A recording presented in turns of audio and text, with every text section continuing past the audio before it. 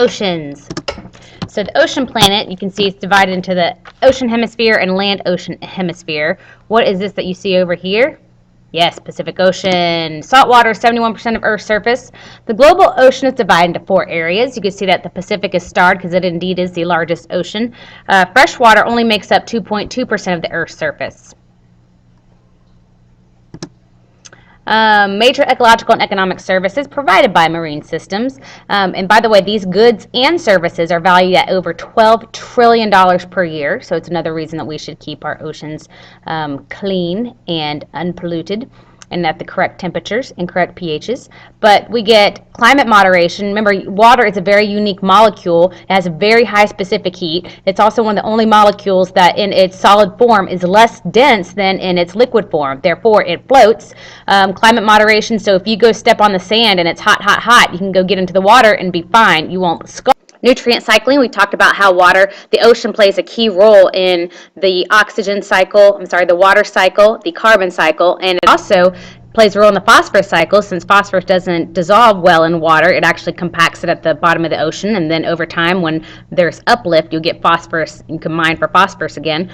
Waste treatment, reduce storm impact. Let's go back to waste treatment. There's a lot of filtration in some of our filter feeders that help with, and bacteria that help decompose oxygen-demanding waste for us. It's important for reducing storm impact. Mangroves, barrier islands, and coastal wetlands all reduce the impact. They decrease the energy of the storm hitting land, unless of course you cut those down, or when you start building on these barrier islands. Habitats and nursery areas. Genetic resource and biodiversity, scientific information. The economic services provided, we get food, animal and pet feed, pharmaceuticals, harbors and transportation routes. Most cities were started on harbors and ports for trade. Coastal habitats for humans. Over 45% of humans live on or near the coast. For recreation, employment, oil and natural gas. Remember, oil and natural gas, since carbon, when it's decomposed underwater, it does not go into the atmosphere, and instead it goes into the ground. So that's why you have so many oil rigs in the water. And minerals and building materials. Okay, oceans provide these resources because they're reservoirs of biodiversity, and there's 3 major life zones. Coastal zones, high in net primary productivity. Remember, we say MPP, you say photosynthesis. Basically, that is the amount of glucose that is left over after the plant produces it and then uses it for its own respiration, and then what is left over for other consumers to use. Open sea and ocean bottom. Open sea has high MPP too, simply because of the phytoplankton that live in the euphotic zone. Ocean bottom, it's going to have unique organisms, and that's where a lot of our decomposition occurs. Marine equivalent of tropical rainforests. These coral reefs are amazing centers for biodiversity, habitats for 1/4 of all marine species, and we've already talked a little bit about the coral bleaching that is occurring because they're very sensitive to change. So what is happening is that the algae are being expelled from the coral because of changes in pH, because remember they have a symbiotic relationship with algae. So changes in pH, changes in temperature, changes in quantity of sunlight are all bleaching our coral, and most coral species can't live without the symbiotic relationship. They have found, however, that some can live, and they are trying to research and grow those that can. Natural capital. Okay, so the zones of the ocean. You have to know your ocean zones, and you have to know your lake zones. I suggest you make 2 note cards, one for ocean, one for lake right now, and make sure you can distinguish between the 2. Okay, we're going to go lateral to begin with. Lateral, you're going to have your coastal zone. You're going to have a lot of your biodiversity occurs here in your coastal zone and your coral reefs. So you can see that's why you'd have a lot of biodiversity there. You'll have a lot of your net primary productivity there, minus the phytoplankton. But you know what? A lot of your phytoplankton lives near the coast anyway. Okay, so now let's go vertical. Vertical, euphotic, that's the area that is hit by the sunlight. And then bathyl, that area you're going to have less sunlight, and they call that the twilight zone. You can tell the depth over here as we go down. And then you have your abyssal zone. The new book, aka the authors of the test you are going to take, the AP exam, simply call this the photic zone, and they call down here the aphotic zone, somewhere around here. So they just split it into 2, photic and aphotic. So that's easy enough to remember as well. Okay, so there's differences in the types of species that can live in each of those zones. Big difference between all of them are the amount of sunlight and, of course, the amount of dissolved oxygen and the pressure. But the major difference is the sunlight. Euphotic has 40% of the world's photosynthesis. Then you have your bathal, and then you have your abyssal. So your bathal zone, you are going to have organisms there that have adapted for less sunlight, their eyes and whatnot. Abyssal zone gets the marine snow. Remember, that's just the dead detritus trickling down. Looks like snow. And you're not going to have a lot of oxygen. So there's bacteria and other organisms that live in the mud that are going to break down that marine snow, sometimes called detritivores. And you're going to have filter feeders that eat it as well. Upwellings, luckily the currents are such that the upwellings will happen, and that upwelling brings some of that nutrient-rich water higher so that the organisms that live higher up can eat it and use it for their growth. Primary productivity and NPP, so you're not going to have very much of that in the bottom two, but you'll have majority of that up in your euphotic and coastal zones. Euphotic zone, sunlight. Photo means sun, so light, I should say. Home to a wide variety of species. You're going to have a lot of your nectonic species living there, and those are the strong swimmers.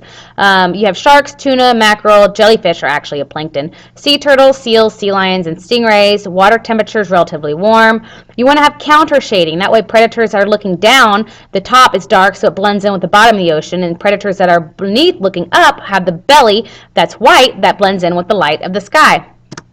Bathal zone is also called twilight zone. Your animals have to survive colder temperatures and increasing water pressure, and then the darker waters. These are your octopus, squid, and hatchetfish, some of the common animals there. They have thin bodies to help them hide from predator, red or black in color to blend in with water, and large eyes to help them see. The abyss or midnight zone, cold and completely dark with intense water pressure. Some animals don't have eyes, and most of the fish in the zone don't chase. They stalk or wait for their prey to swim by. They have bioluminescence, animals that make their own light, and yes, we always think of the anglerfish when we think of this. Human activities are disrupting and degrading marine systems. We affect 41% of the ocean. No ocean area is completely unaffected. In 2006, 45% of the world's population lived on or near the coast. That was 2006. Human activities are disrupting. Okay, so major threats, coastal development. What do you do with all the garbage and the sewage and the pollution from living on the coast? Like we said, 45% in 2006 lived there. Overfishing, our fisheries. Remember, fisheries are natural, large quantities of a desired fish. Runoff of non-point source pollution. That's going to be your agriculture and basically your pesticides and fertilizer runoff.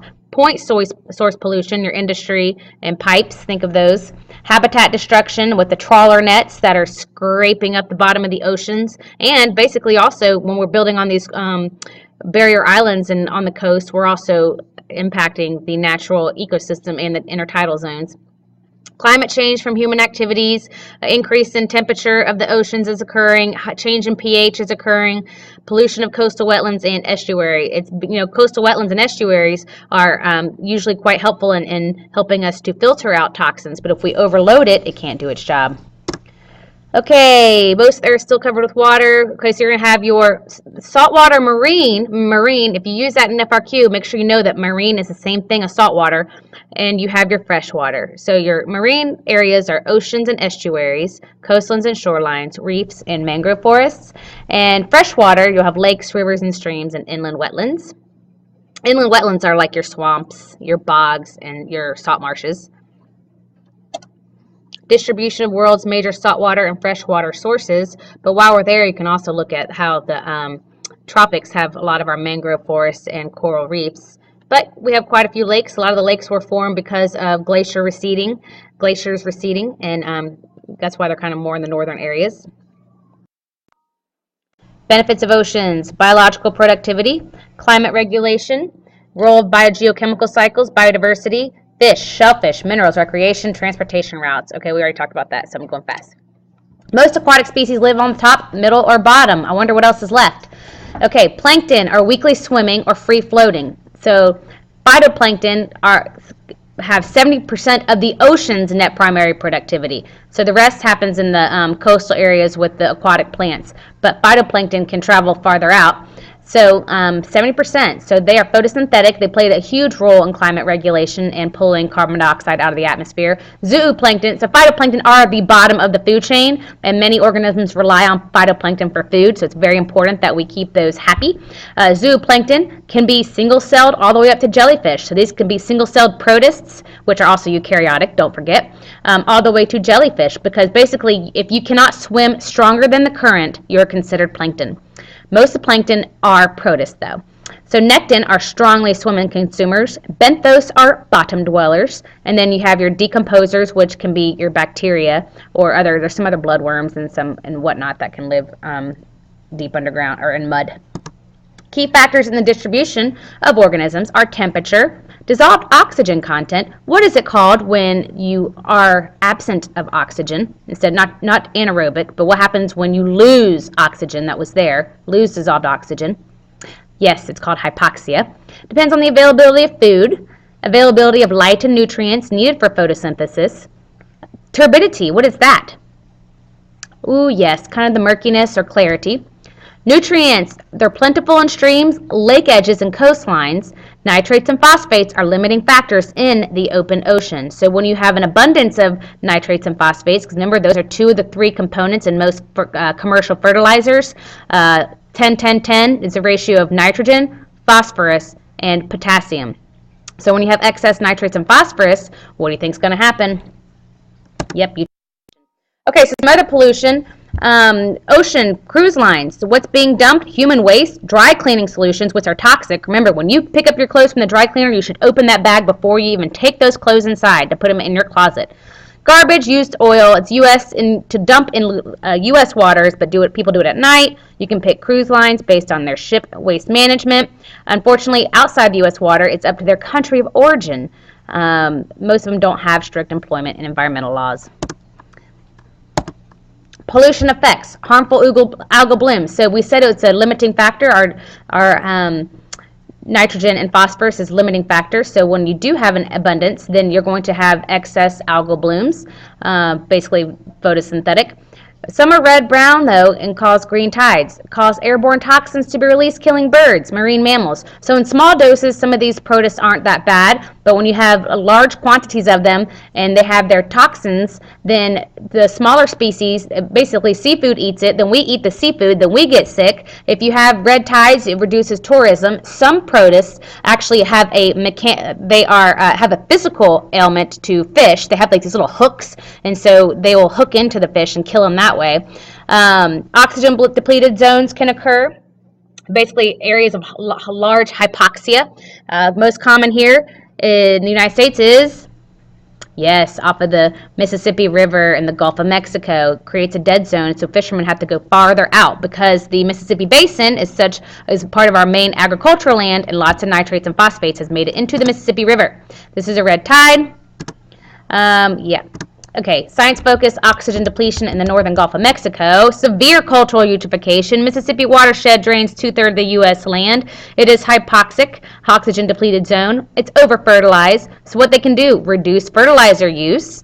They can improve flood prevention, therefore that these farmlands will not flood and then make it into the rivers in the first place. Replant vegetation because they have a natural mechanism for filtering out the nitrates for us. And will it reach a tipping point? Remember, a tipping point is the point of no return where we can't fix it, and that this water off the Gulf of Mexico is going to remain hypoxic forever.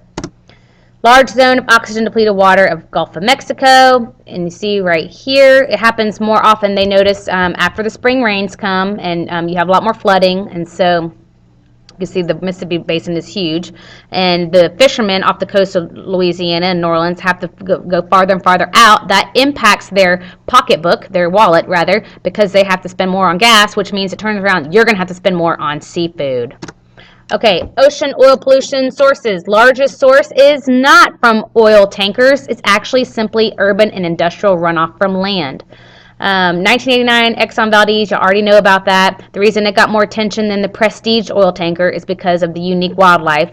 It actually leaked twice the amount of the Valdez, the Prestige did, but it didn't get as much publicity again because it was so hard to get to Prince William Sound and the unique wildlife that lived there.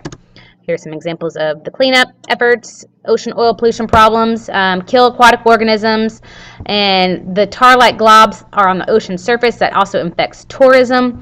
Coats animals. These animals, a lot of them think they can still dive and get their fish on the top of the water, but they can't. As soon as they hit the water, they drown because they lose their buoyancy. Even when we try to clean the feathers, it takes away and strips their natural oils, so therefore they'll still try and they'll drown. And it affects our filter feeders and bottom dwellers when these heavier oil components sink. Recovery takes, for crude oil, 3 years, refined oil, 10 to 20 years. Economic impact due to tourism, who wants to go to the beach when there's tar balls everywhere, and who wants to pay money for a higher amount of money for seafood that you used to be able to get for pretty cheap. Basically here I would say, they are using bacteria to try to eat the oil. But nowadays they're trying to use more and more double hulls, which is basically you'll have the bottom of a boat that normally will just have a single container, if you will, and now you'll have 2 containers. So if the bottom one breaks, you'll still have another one to hold it in. That's my best description of it. Okay, coastal water pollution. Let's remember require double hulls. So you're not just going to have the bottom metal part, but you'll have 2 metal parts. And use wetlands, solar, aquatic, and other methods to treat sewage. So when we talked about sewage, we talked a lot about how some places don't have to do secondary treatment. They just clean it once and dump it straight into the ocean thinking it's going to dilute anyway. Bycatch, aquatic species that are not the intended target of fishing. Biggest threat to fisheries. Remember, fisheries are high concentration of a desired species of fish in the wild. Overfishing leads to commercial extinction. Bycatch is 25% of the annual catch, and you can't eat it, so it's just a waste. Loss of wetlands and estuaries.